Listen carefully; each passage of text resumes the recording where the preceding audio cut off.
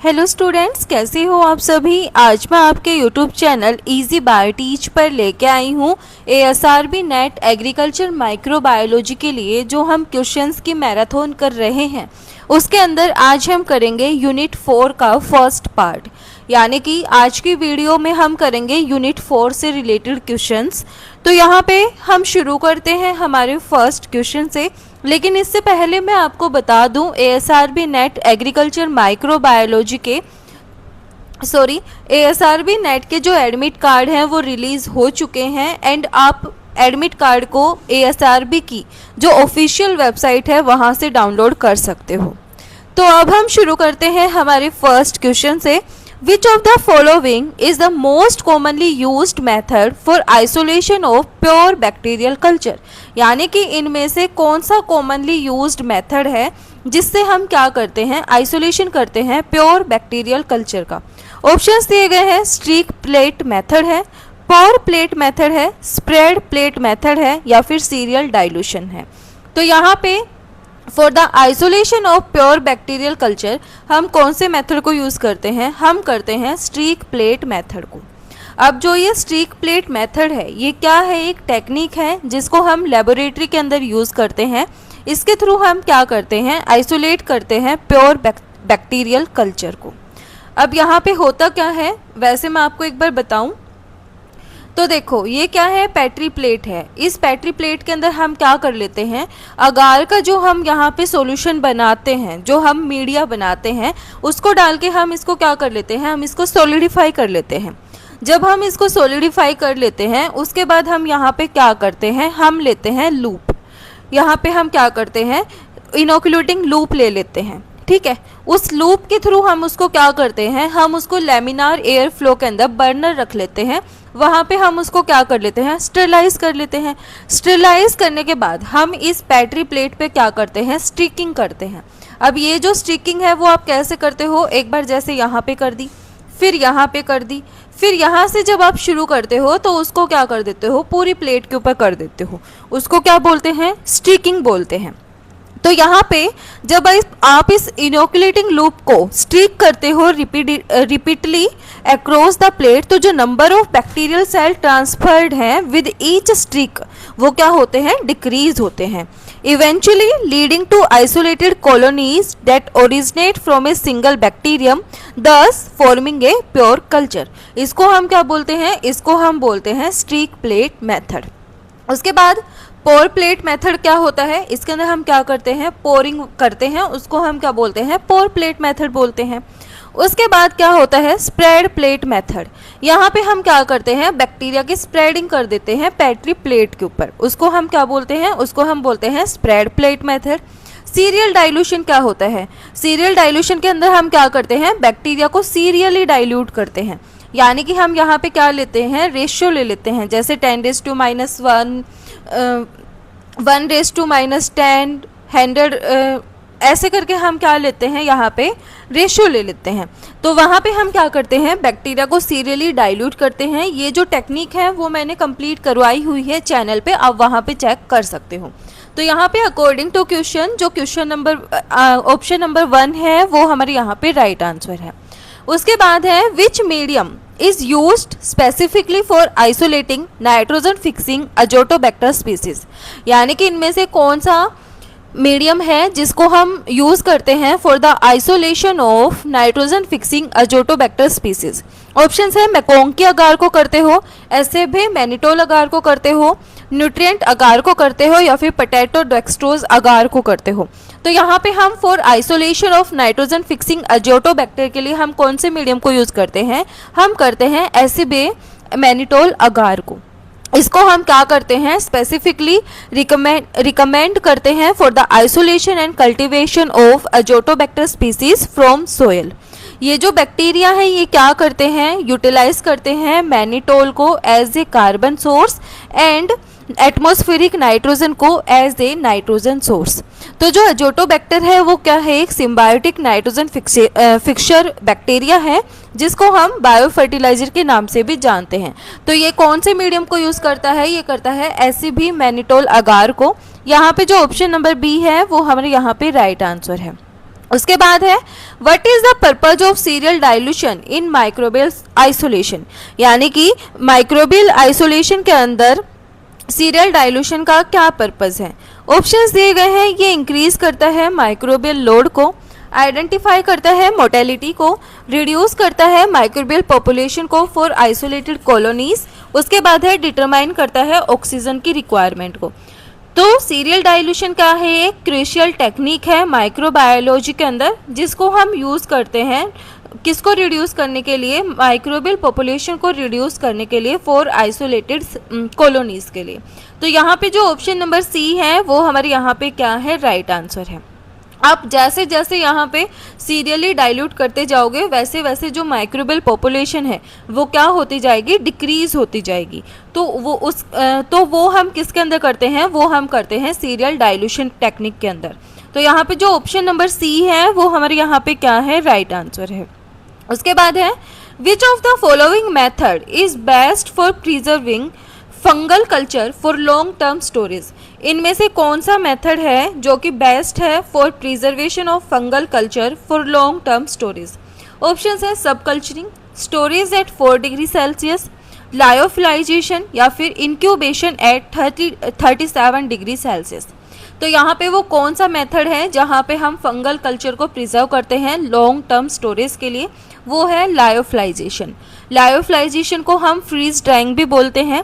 ये एक प्रोसेस है जिसके थ्रू हम क्या करते हैं, वाटर को रिमूव करते हैं कल्चर से बाय फ्रीजिंग, और बाद में वो क्या होता है, सब्लिमेटिंग होता है the ice under vacuum leading to a stable dormant state where the fungi can be stored for extended period often at room temperature। तो यहाँ पे हम किसको यूज़ करते हैं, हम यूज़ करते हैं लायोफिलाइजेशन को। तो यहाँ पे जो ऑप्शन नंबर सी है वो हमारे यहाँ पे क्या है, राइट आंसर है। लायोफिलाइजेशन हम -20 डिग्री सेल्सियस पे करते हैं 2 to 3 डेज के लिए। उसके बाद हमारे यहाँ पे आता है सब कल्चरिंग। यहाँ पे हम क्या करते हैं, रेगुलरली ट्रांसफ़र करते हैं कल्चर टू फ्रेश मीडिया, ये क्या है, सुटेबल है शॉर्ट टर्म मेंटेनेंस के लिए। और ये क्या करता है, इसके अंदर रिस्क होते हैं कॉन्टामिनेशन के, म्यूटेशंस के, और यहाँ पे जो वाइबिलिटी है वो भी क्या हो जाती है, लॉस हो जाती है। उसके बाद आता है स्टोरेज एट 4 डिग्री सेल्सियस। तो यहाँ पे हम क्या करते हैं, ये कल्चर को प्रिजर्व करके रखता है मॉडरेट पीरियड के अंदर, लेकिन ये आइडल नहीं है लॉन्ग टर्म प्रिजर्वेशन के लिए, ठीक है। फिर आता है इंक्यूबेशन एट 37 डिग्री सेल्सियस। तो ये क्या है, टेम्परेचर है जो कि प्रमोट करता है फंगल ग्रोथ को। तो यहाँ पे ये भी सुटेबल नहीं है लॉन्ग टर्म प्रिजर्वेशन के लिए। तो यहाँ पे जो ऑप्शन नंबर सी है वो हमारे यहाँ पे राइट आंसर है। उसके बाद है glycerol stock for bacterial preservation are typically stored at, यानी कि जो ग्लिसरॉल का जो स्टॉक है बैक्टीरियल प्रिजर्वेशन के लिए उसको हम टिपिकली कितने टेम्परेचर के ऊपर स्टोर करते हैं। ऑप्शंस है -20 डिग्री सेल्सियस पे करते हैं, -80 डिग्री सेल्सियस पे करते हैं, 4 डिग्री सेल्सियस पे करते हैं, या रूम टेम्परेचर पे करते हैं। तो यहाँ पे हम कितने पे करते हैं, हम करते हैं -80 डिग्री सेल्सियस पे, because this ultra low temperature effectively inhibit metabolic activity, और ये प्रिवेंट करता है आइस क्रिस्टल फॉर्मेशन को जो कि डैमेज करता है बैक्टीरियल सेल को। तो यहाँ पे हम कितने पे करते हैं, -80 डिग्री सेल्सियस पे करते हैं।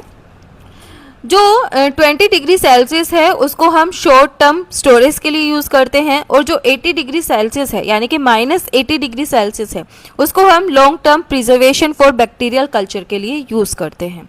उसके बाद हमारा आता है next question, which strain is used for the selective isolation of actinomycetes from soil, यानी कि कौन सा स्ट्रेन है जिसको हम यूज़ करते हैं for the selective isolation of actinomycetes from soil के लिए। ऑप्शंस हैं क्रिस्टल वॉयलेट को करते हैं, मेलाकाइट ग्रीन को करते हैं, लैक्टोफिनॉल कॉटन ब्लू को करते हैं, या फिर सफ्रेनिन को करते हैं। तो यहाँ पे हम किसको यूज़ करते हैं, हम करते हैं क्रिस्टल वॉयलेट को। क्रिस्टल वॉयलेट को हम कॉमनली यूज़ करते हैं सिलेक्टिव मीडिया के अंदर for the isolation of actinomycetes from soil. Actinomycetes एक ग्राम पॉजिटिव बैक्टीरिया है and selective media often incorporated crystal violet, और ये क्या करता है, इनहिबिट करता है growth of non growth of gram negative bacteria की, जो कि जनरली क्या होता है, ज़्यादा सेंसिटिव होता है इस डाई के क्रिस्टल वॉयलेट के, और ये क्या करता है, प्रमोट करता है सिलेक्टिव आइसोलेशन ऑफ एक्टिनोमाइसिटीज को। तो यहाँ पे जो ऑप्शन नंबर ए है वो हमारे यहाँ पे राइट आंसर है। उसके बाद हम यहाँ पे बात करें हमारे नेक्स्ट क्वेश्चन की, विच of the following is A selective medium used for isolating fungi from soil, यानी कि इनमें से कौन सा मीडियम है, सिलेक्टिव मीडियम है, जिसको हम यूज़ करते हैं for the isolation of fungi from the soil. Options दिए गए हैं, न्यूट्रिएंट अगार को करते हैं, शेबर्डर्ड डेक्सट्रोज अगार को करते हैं, या फिर EMB अगार को करते हैं, या फिर हम करते हैं मैकोंकी अगार को। तो यहाँ से जो सिलेक्टिव मीडियम है जो कि हम यूज़ करते हैं for the isolation of fungi from soil, वो है SDA अगार। तो जो ऑप्शन नंबर बी है वो हमारे यहाँ पे राइट आंसर है। इसको हम कॉमनली यूज़ करते हैं for the isolation and cultivation of fungi including those from soil samples.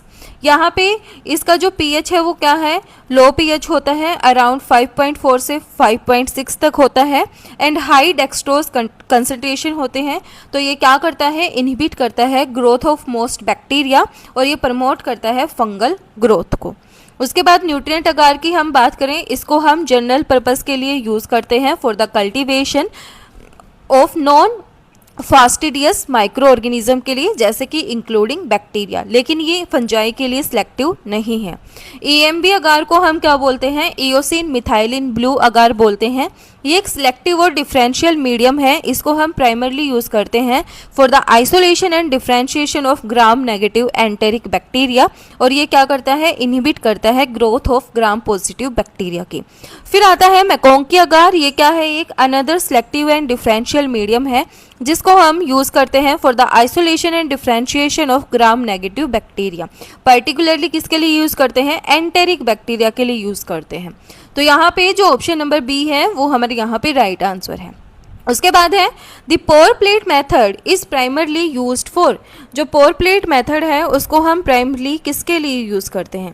Options दिए गए हैं, स्टडी करते हैं बैक्टीरियल मोटेलिटी को, आइसोलेट करते हैं एनारोबिक बैक्टीरिया को, क्वांटिफाई करते हैं माइक्रोबियल पॉपुलेशन को, या फिर प्रिजर्व करते हैं माइक्रोबियल कल्चर को।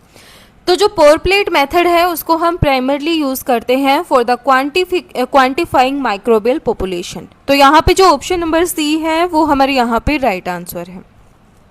जो पोर प्लेट मेथड है उसको हम वाइडली यूज़ करते हैं माइक्रोबियल टेक्निक के जैसे for determining the number of viable microbial cells in a sample.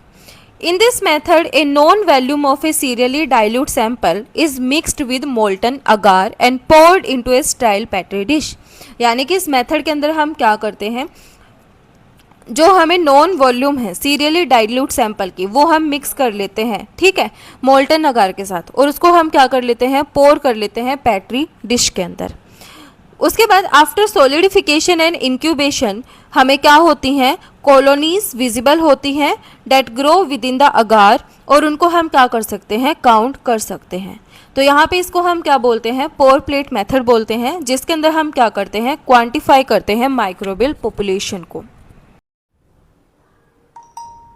इसके बाद नेक्स्ट जो हमारा क्वेश्चन है वो है क्वेश्चन नंबर 9। यहाँ पे बोला गया है which chemical is commonly added to culture media to inhibit bacterial growth when isolating fungi, यानी कि वो कौन सा केमिकल है जिसको हम कॉमनली ऐड करते हैं कल्चर मीडिया के अंदर बैक्टीरियल ग्रोथ को इनहिबिट करने के लिए जब हम आइसोलेट करते हैं फंजाई को। ऑप्शंस दिए गए हैं, पेनिसिलिन को करते हैं, स्ट्रेप्टोमाइसिन को करते हैं, रोज बंगाल को करते हैं, या फिर बोथ ए एंड सी, यानी कि पेनिसिलिन और रोज बंगाल दोनों को करते हैं। तो यहाँ पे जब हम आइसोलेट करते हैं फंजाई को तो यहाँ पे हम कॉमनली क्या करते हैं, ऐड करते हैं केमिकल को to the culture medium to inhibit bacterial growth. यहाँ पे हम किसको ऐड करते हैं, हम करते हैं पेनिसिलिन को और रोज बंगाल को। तो यहाँ पे जो ऑप्शन नंबर डी है वो हमारे यहाँ पे क्या है, राइट आंसर है।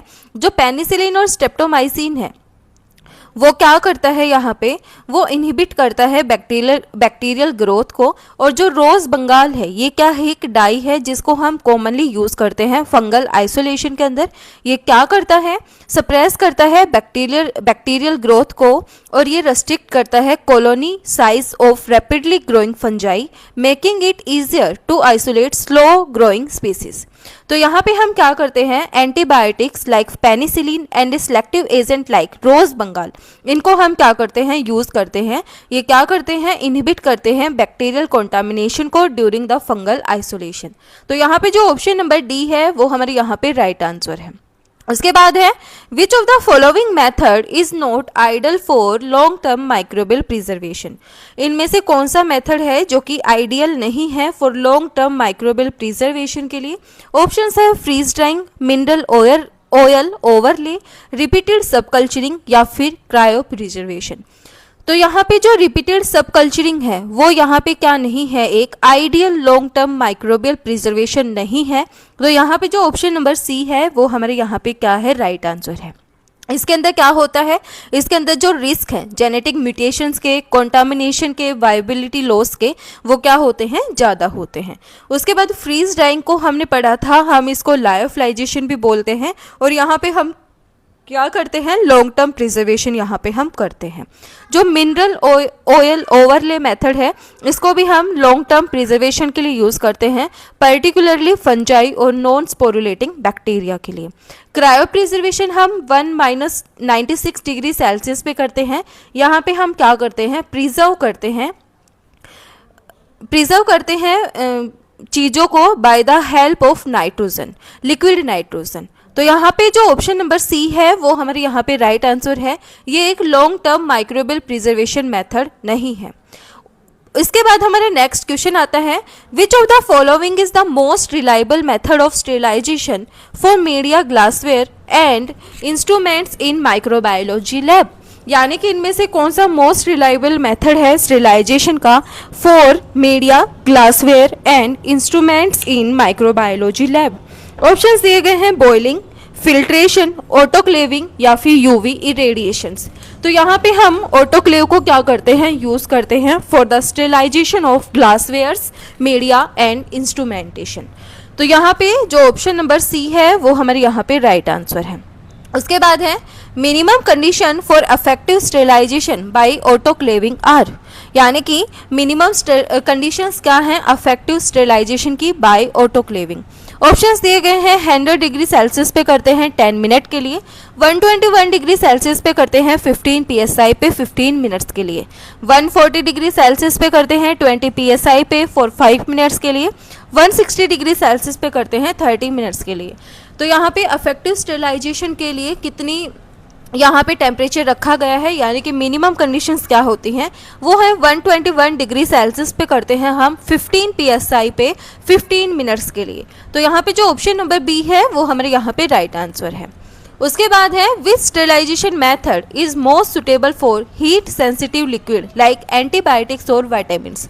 इनमें से कौन सा स्टेरिलाइजेशन मेथड है जो कि मोस्ट सुटेबल है फॉर हीट सेंसिटिव लिक्विड्स जैसे कि एंटीबायोटिक्स और विटामिन्स के लिए।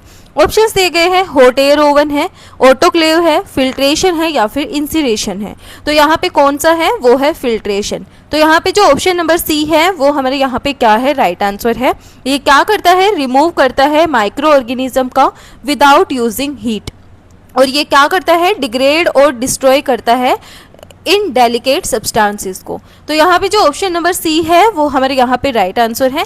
उसके बाद हम देखें यहाँ पे हॉट एयर ओवन, और अगर हम बात करें ऑटोक्लेविंग की तो ये यहाँ पे क्या करते हैं, स्टेरिलाइजेशन के अंदर हम यहाँ पे क्या करते हैं, हेल्प करते हैं। उसके बाद इंसिरेशन यहाँ पे बर्निंग के अंदर क्या होता है, इन्वॉल्व होता है, और जो मेनली हॉस्पिटल वेस्ट है उसको हम यहाँ पे क्या करते हैं, डिग्रेड करते हैं by the help of incineration. Filtration से हम क्या करते हैं, जो फिजिकली रिमूव माइक्रो ऑर्गेनिज्म है।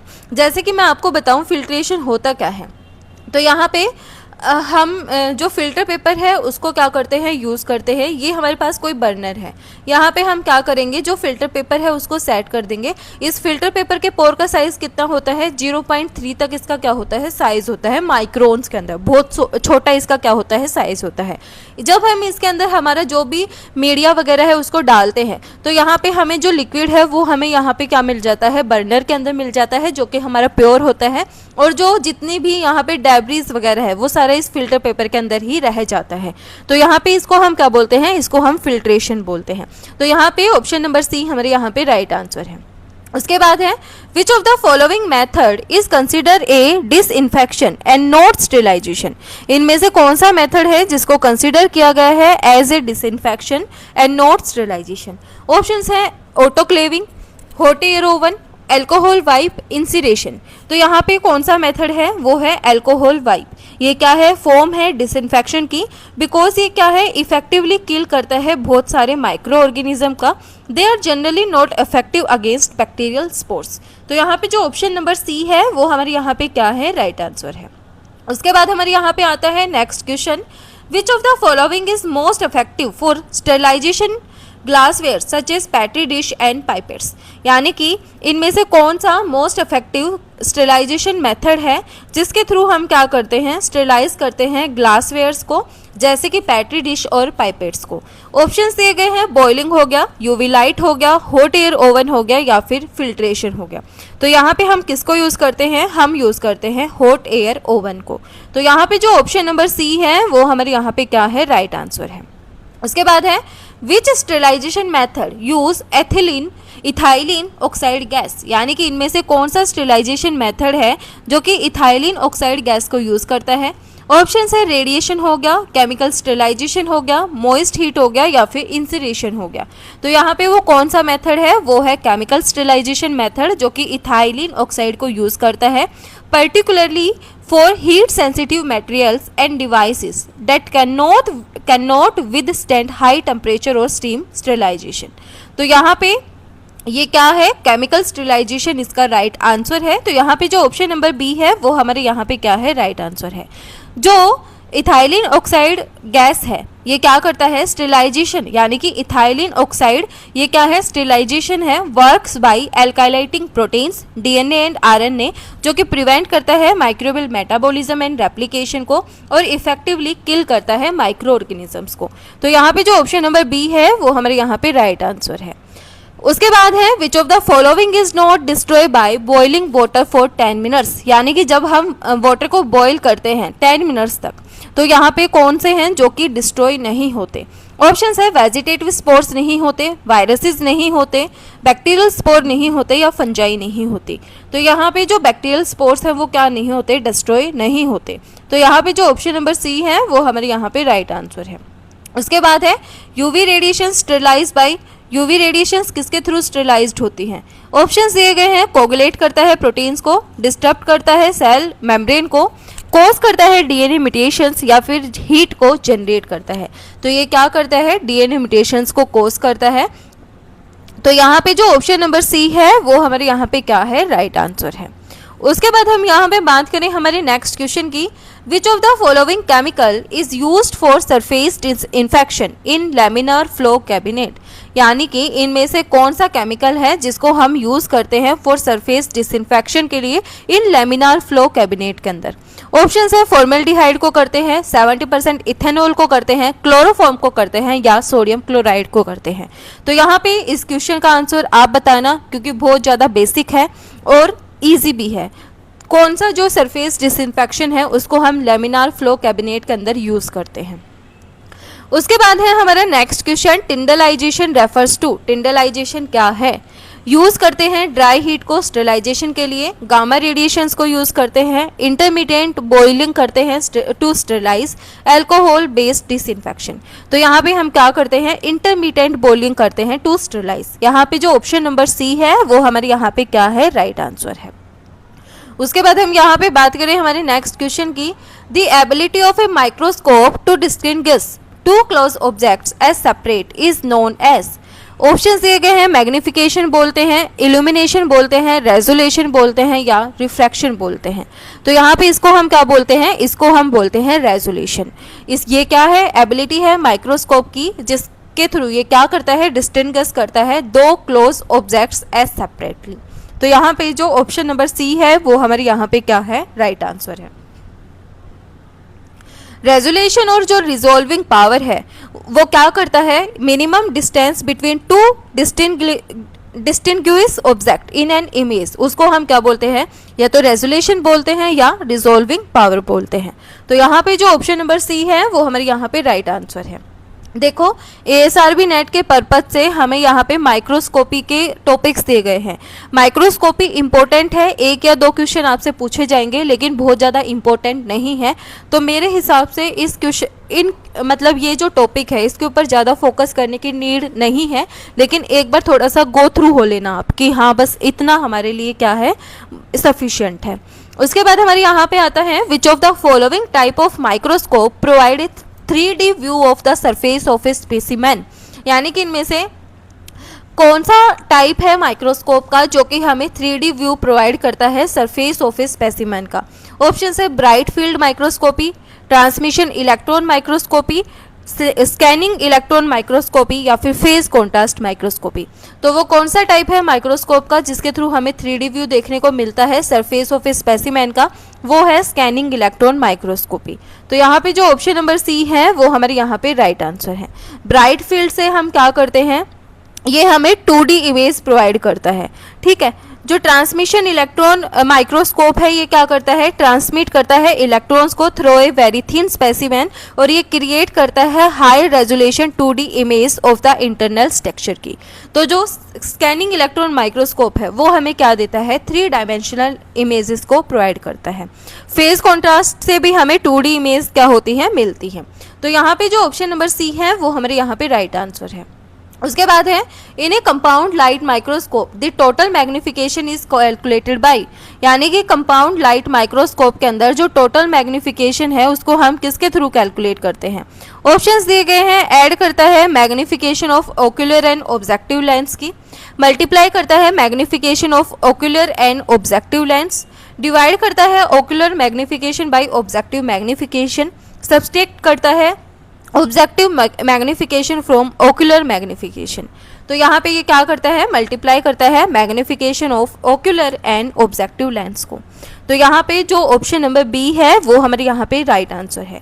फॉर एग्जाम्पल अगर हम माने जो ओक्यूलर लेंस है उसकी हमने कितनी मान ली, 10x मान ली उसकी मैग्निफिकेशन, ऑब्जेक्टिव लेंस की हमने कितनी मान ली, 40x मान ली। तो इन दोनों को हम मल्टीप्लाई कर देंगे तो यहाँ पे कितना आएगा, 400x आएगा। तो यहाँ पे जो ऑप्शन नंबर बी है वो हमारे यहाँ पे राइट आंसर है। उसके बाद हम देखें हमारा next question, which type of microscope is commonly use to observe live unstained microbial cell, यानी कि इनमें से कौन सा टाइप है माइक्रोस्कोप का जिसको हम यूज करते हैं, कॉमनली यूज करते हैं किसको ऑब्जर्व करने के लिए, लाइव अनस्टेन्ड माइक्रोबियल सेल को ऑब्जर्व करने के लिए। ऑप्शन है ब्राइट फील्ड माइक्रोस्कोप को करते हैं, डार्क फील्ड को करते हैं, फेज कॉन्ट्रास्ट को करते हैं या फिर इलेक्ट्रॉन माइक्रोस्कोप को करते हैं। तो यहाँ पे जो फेज कॉन्ट्रास्ट माइक्रोस्कोप है उसको हम कॉमनली यूज करते हैं to observe live unstained microbial cells, because ये क्या करता है, कन्वर्ट करता है subtle difference in refractive index and cell density into easily detectable variations in light intensity. तो यहाँ पे जो ऑप्शन नंबर सी है वो हमारे यहाँ पे राइट आंसर है। उसके बाद है, what is the role of the condenser in a microscope, microscope के अंदर कंडेंसर का क्या रोल है। ऑप्शंस दिए गए हैं, मैग्नीफाई करता है इमेजेस को, एडजस्ट करता है फोकस को, कंट्रोल करता है लाइट इंटेंसिटी को या फिर कंसंट्रेट करता है लाइट ऑन द स्पेसिमेन। तो यहाँ पे कंडेंसर का क्या काम होता है, लाइट को कंसंट्रेट करता है स्पेसिमेन के ऊपर। तो यहाँ पे जो ऑप्शन नंबर डी है वो हमारे यहाँ पे राइट आंसर है। उसके बाद है, which microscope technique use fluorescent dye to visualise specimen, यानी कि कौन सी माइक्रोस्कोप टेक्निक है जो कि यूज करती है फ्लोरोसेंट डाई को स्पेसिमेन को विजुअलाइज करने के लिए। ऑप्शन है bright field, dark field, fluorescence microscopy या फिर फेस कॉन्ट्रास्ट माइक्रोस्कोपी। तो यहाँ पे हम किसको यूज़ करते हैं, कौन सी टेक्निक है जिसको हम यूज़ करते हैं, वो है फ्लोरोसेंस माइक्रोस्कोपी। तो यहाँ पे जो ऑप्शन नंबर सी है वो हमारे यहाँ पे क्या है, राइट आंसर है। इसके अंदर हम जो फ्लोरोसेंट डाई है जिसको हम बोलते हैं फ्लोरोपोर, उसको हम क्या करते हैं, यूज़ करते हैं for the visualization of specimen. तो यहाँ पे जो ऑप्शन नंबर सी है वो हमारे यहाँ पे राइट आंसर है। उसके बाद हम यहाँ पे बात करें हमारे नेक्स्ट क्वेश्चन की, which component of the microscope control the amount of light that reaches the specimen. यानी कि माइक्रोस्कोप का कौन सा कंपोनेंट है जो कि कंट्रोल करता है अमाउंट ऑफ लाइट को that reaches the specimen. Options दिए गए हैं objective lens, iris, diaphragm, ocular lens या फिर कंडेंसर। तो जो आइरिस डायफ्राम है उसको वो कौन सा कंपोनेंट है माइक्रोस्कोप का जो कि कंट्रोल करता है अमाउंट ऑफ लाइट को। तो यहाँ पे जो ऑप्शन नंबर बी है वो हमारे यहाँ पे राइट आंसर है। उसके बाद है which of the following microscope has the highest resolution. इनमें से कौन सा माइक्रोस्कोप है जिसके पास हाईएस्ट रेजोल्यूशन प्रेजेंट होती है। ऑप्शंस है ब्राइट फील्ड के पास होती है, फेज कॉन्ट्रास्ट के पास होती है, स्कैनिंग इलेक्ट्रॉन माइक्रोस्कोप के पास होती है या ट्रांसमिशन इलेक्ट्रॉन माइक्रोस्कोप के पास होती है। तो यहाँ पे कौन सा माइक्रोस्कोप है जिसकी हाईएस्ट रेजोल्यूशन होती है, वो है ट्रांसमिशन इलेक्ट्रॉन माइक्रोस्कोप। यहाँ पे जो ऑप्शन नंबर डी है वो हमारे यहाँ पे राइट आंसर है। उसके बाद है immersion oil is used with which objective lens in a light microscope. जो अमर्शन ऑयल है उसको हम यूज़ करते हैं ऑब्जेक्टिव लेंस के अंदर in a with which objective lens in a light microscope. यानी कि जो लाइट माइक्रोस्कोप है उसके अंदर हम कौन से ऑब्जेक्टिव लेंस के साथ हम यूज़ करते हैं, अमर्शन ऑयल को हम यूज़ करते हैं। ऑप्शंस है 4x, 10x, 40x या फिर 100x। तो हम मतलब हम कैसे यूज़ करते हैं, हम करते हैं 100x को यहाँ पे यूज़ करते हैं। तो यहाँ पे जो ऑप्शन नंबर डी है वो हमारे यहाँ पे राइट आंसर है। उसके बाद है the refractive index play a major role in which microscopic concept. यानी कि जो रिफ्रैक्टिव इंडेक्स है वो मेजर रोल प्ले करता है इन विच माइक्रोस्कोपिक कॉन्सेप्ट के अंदर। ऑप्शंस है फ्लोरेसेंस, स्टेनिंग, फेज कॉन्ट्रास्ट या फिर इलेक्ट्रॉन स्कैटरिंग। तो जो फेज कॉन्ट्रास्ट माइक्रोस्कोपी है उसके अंदर जो रिफ्रैक्टिव इंडेक्स है वो क्या करता है, मेजर रोल प्ले करता है। तो यहाँ पे जो ऑप्शन नंबर सी है वो हमारे यहाँ पे राइट आंसर है। उसके बाद हमारे यहाँ पे नेक्स्ट क्वेश्चन आते हैं माइक्रोबियल एसे ऑफ विटामिन से। तो यहाँ पे अगर हम हमारे फर्स्ट क्वेश्चन की बात करें तो यहाँ पे पूछा गया है microbial assay of vitamin is primarily based on. यानी कि जो माइक्रोबियल एसे है विटामिन का वो प्राइमरली किसके ऊपर बेस्ड है, कोलोरोमेट्रिक डिटेक्शन ऑफ विटामिन के ऊपर, एंटीजन एंटीबॉडी रिएक्शन के ऊपर, growth response of specific micro organism के ऊपर या फिर spectroscopic absorption of vitamin solution के ऊपर। तो वो किसके ऊपर बेस्ड है, वो है growth response of specific micro organisms के ऊपर। तो यहाँ पे जो ऑप्शन नंबर सी है वो हमारे यहाँ पे राइट आंसर है। उसके बाद है which microorganism is commonly used in microbial assay of vitamin B12। यानी कि कौन सा माइक्रो ऑर्गेनिज्म है जिसको हम कॉमनली यूज करते हैं in the microbial assay of vitamin B12। तो यहाँ पे हम करते हैं, ऑप्शंस दिए गए हैं लैक्टोबैसिलस एसिडोफिलस को करते हो, इकोलाई को करते हैं, स्ट्रेप्टोकोकस क्रीमोरिस को करते हैं या फिर लैक्टोबैसिलस लेकेमेनी को करते हैं। तो यहाँ पे जो लैक्टोबैसिलस लीचोमेनी है उसको हम क्या करते हैं, यूज़ करते हैं in the microbial assay of vitamin B12। तो यहाँ पे जो ऑप्शन नंबर डी है वो हमारे यहाँ पे राइट आंसर है। उसके बाद है विटामिन B1 यानी कि thiamine can be assessed using which of the following organism. तो यहाँ पे ऑप्शंस दिए गए हैं हमें Lactobacillus casei, Neurospora sitophila, Lactobacillus leichmannii, Saccharomyces cerevisiae. तो यहाँ पे हम किसके थ्रू उसको असेस्ट करते हैं, हम करते हैं सैक्रोमाइसिस सेरेविशी के थ्रू। तो यहाँ पे जो ऑप्शन नंबर डी है वो हमारे यहाँ पे राइट आंसर है। उसके बाद है in a microbial assay the amount of vitamin in an unknown sample is determined by comparing growth with. यानी कि जो माइक्रोबियल एसे है उसके अंदर जो अमाउंट है विटामिन की इन एन अननोन सैंपल उसको हम डिटरमाइन करते हैं बाय कंपेयरिंग ग्रोथ विद, किसके साथ कंपेयर करके, ए वाटर कंट्रोल के साथ, ए नॉन केमिकल इंडिकेटर के साथ, ए स्टैंडर्ड विटामिन सॉल्यूशन के साथ या फिर pH change in the media. तो यहाँ पे हम किसके साथ करते हैं, हम करते हैं स्टैंडर्ड विटामिन सॉल्यूशन के साथ। तो यहाँ पे जो ऑप्शन नंबर सी है वो हमारे यहाँ पे राइट आंसर है। उसके बाद है which method is most commonly used to measure microbial growth in vitamin एसे।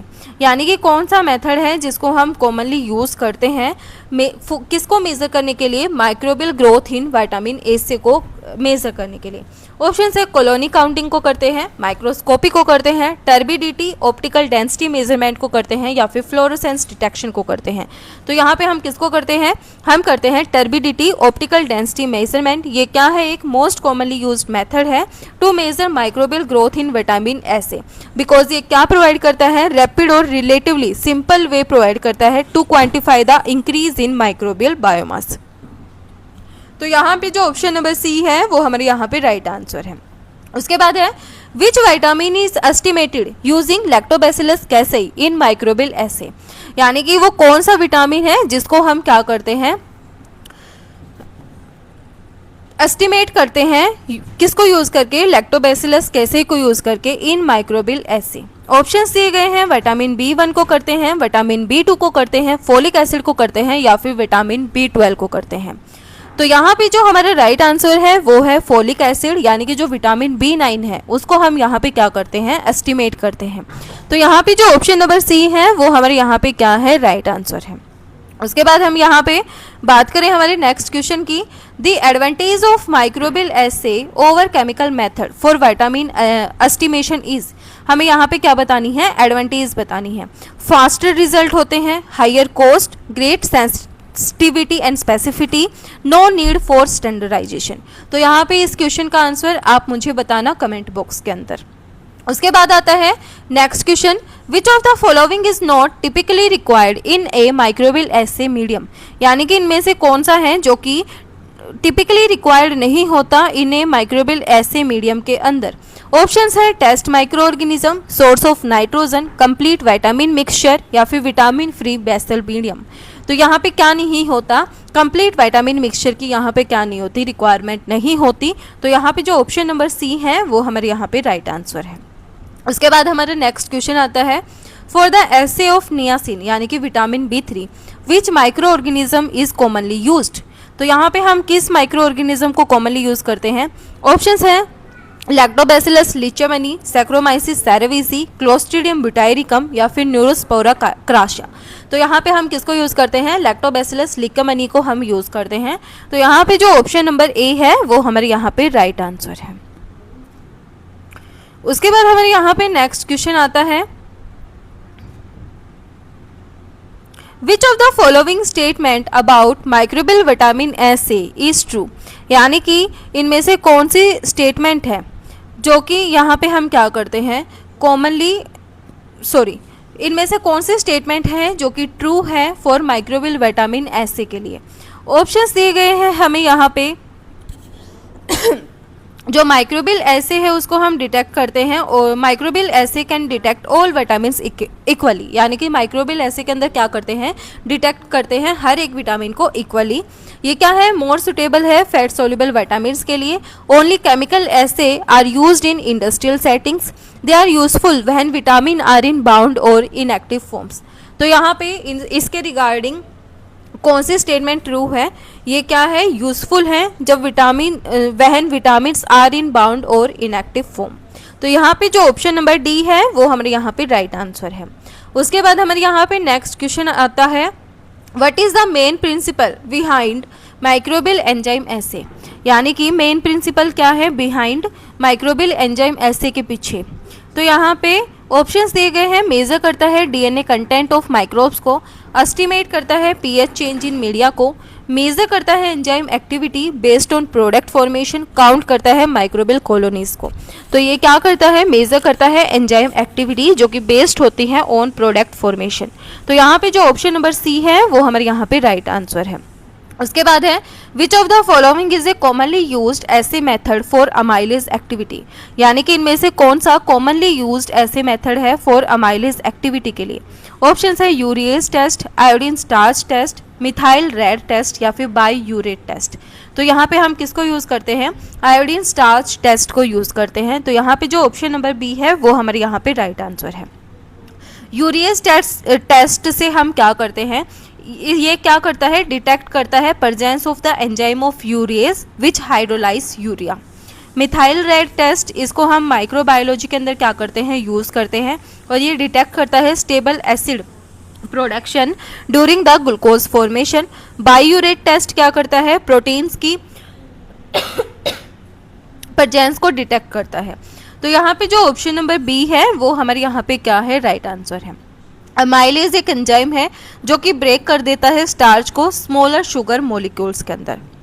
तो यहाँ पे हम कौन से मेथड को यूज़ करते हैं, हम करते हैं आयोडीन स्टार्च टेस्ट को। तो यहाँ पे जो ऑप्शन नंबर बी है वो हमारे यहाँ पे राइट आंसर है। उसके बाद है microbial enzyme urease is detected bye.